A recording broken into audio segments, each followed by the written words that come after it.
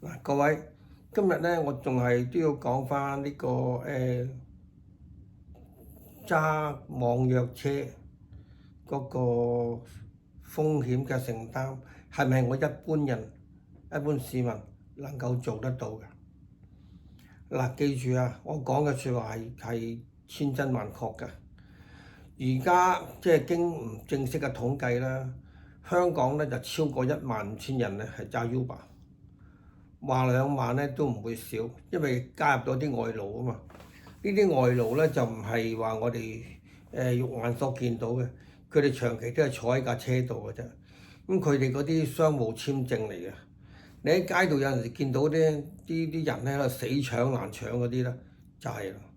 嗱，嗰啲咧啊，仲有一樣嘢咧就係呢個 Uber 嘅行業咧，亦都係解決咗好多呢個失業嘅問題。嗱，其實政府即係佢都諗到好多嘢出嚟，佢唔係諗唔到。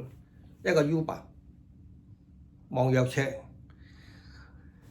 如果呢一班係唔夠使嘅，或者係失業嘅，或者係待業嘅人士，1萬幾人好犀利喎！1萬幾人，如果你唔好話多啊，乘上1萬倍啊！你諗下嗰個數字係幾驚人嚇？咁政府點樣負擔咧？負擔唔到噶嘛？呢個社會都有一種壓力噶嘛。好啦，咁佢哋做 Uber，如果要拉咧，公平啲就呢萬幾人全部拉晒，一個都唔好漏網。但係佢話逐個抽住嚟拉嗰啲咧，就唔公道啦。因為變咗有一啲咧就已經係雪上加霜，屋漏更兼連夜雨，行船遇着頂頭風。啊，俾人拉咗嗰啲叫頂頭風啦嚇。好嗱，咁又要講翻啦。咁而家咧，據我所知咧，最針對得緊要嘅咧，就呢間叫 OK Go，OK Go 啊。所以各位咧，如果你係有攞 OK Go 嘅單咧，你要小心啦，因為佢直情係冇驗疏嘅，呢間公司係冇驗疏嘅。咁嗱，你睇翻佢哋嘅條文啦。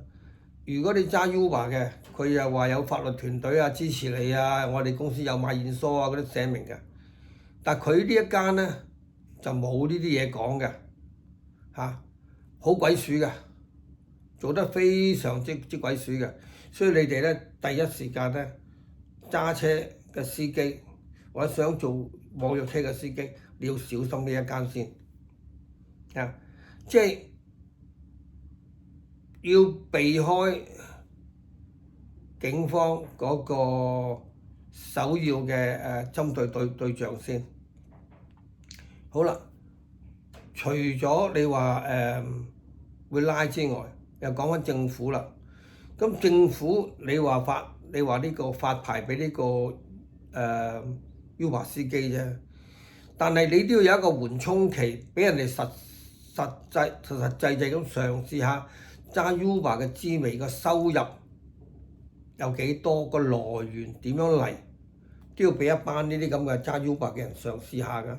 你政府完全一啲嗰個叫做緩衝期都冇咧，咁將來都係一個大頭佛嚟嘅喎。咁你有個緩衝期啦，有啲人知道啊，原來咁樣又唔得嘅，咁樣又唔得㗎。啊，我要買驗疏㗎，個驗疏嗰個咧亦都喺呢個經營成本裏邊嘅。呢架車咧係唔準轉人嘅，架車跟人嘅。咁車跟人嘅時間咧，咁你唔可以租喎，唔可以剩嘅喎。咁你係咪日日做先？你唔做嗰就冇錢㗎啦喎。咁佢捨唔捨得去休息咧？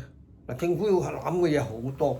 你首先咧就要有一個緩衝期，俾一啲想揸呢個 Uber 嘅人咧，係體驗一下你哋申唔申請得過啊？呢啲政府都要做。嗱，好似政府而家對人都知道香港有啲叫一樓一鳳㗎啦。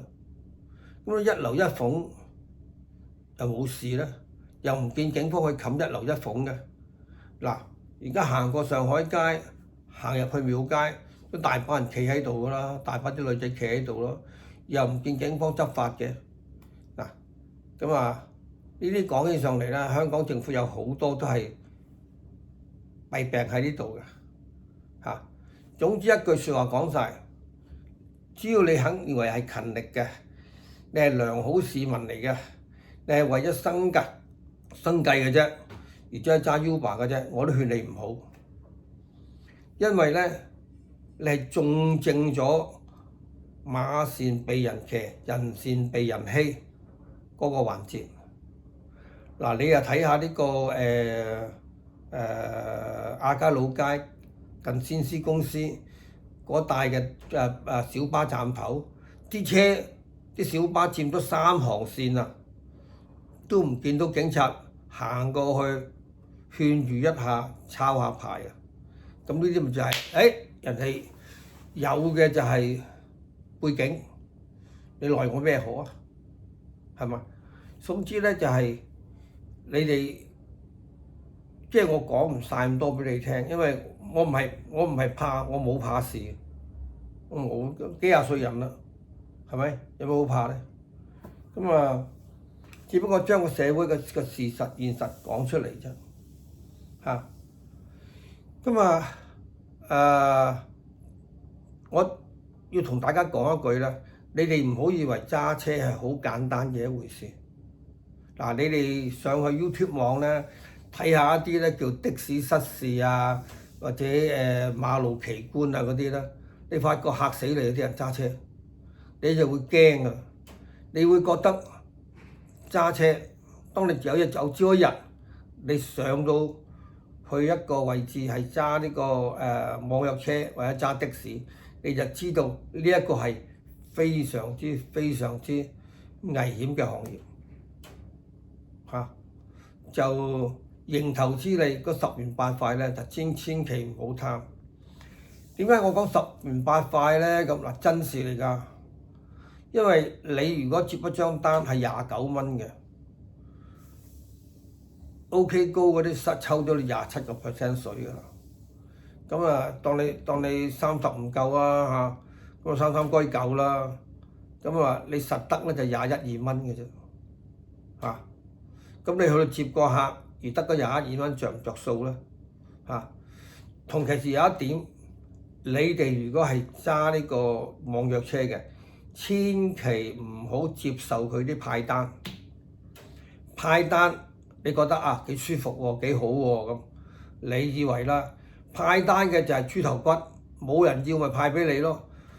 佢哋所謂擺個叫大海啊，個大海咧就係任人撳嘅。即係搶單嘅，搶唔到嗰啲冇人接嗰啲，咪呃咗落去俾嗰啲叫做派單嗰啲咯。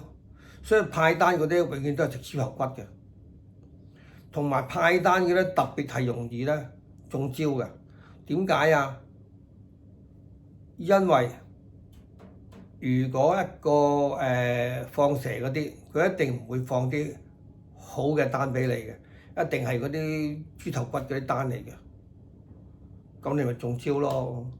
所以大家要記住啊！嗱，我喺呢度咧，除咗講呢啲之外，仲係教一啲新入行嘅揸車嘅司機咧一啲技巧，希望你哋明白我嘅苦心。OK，多謝各位。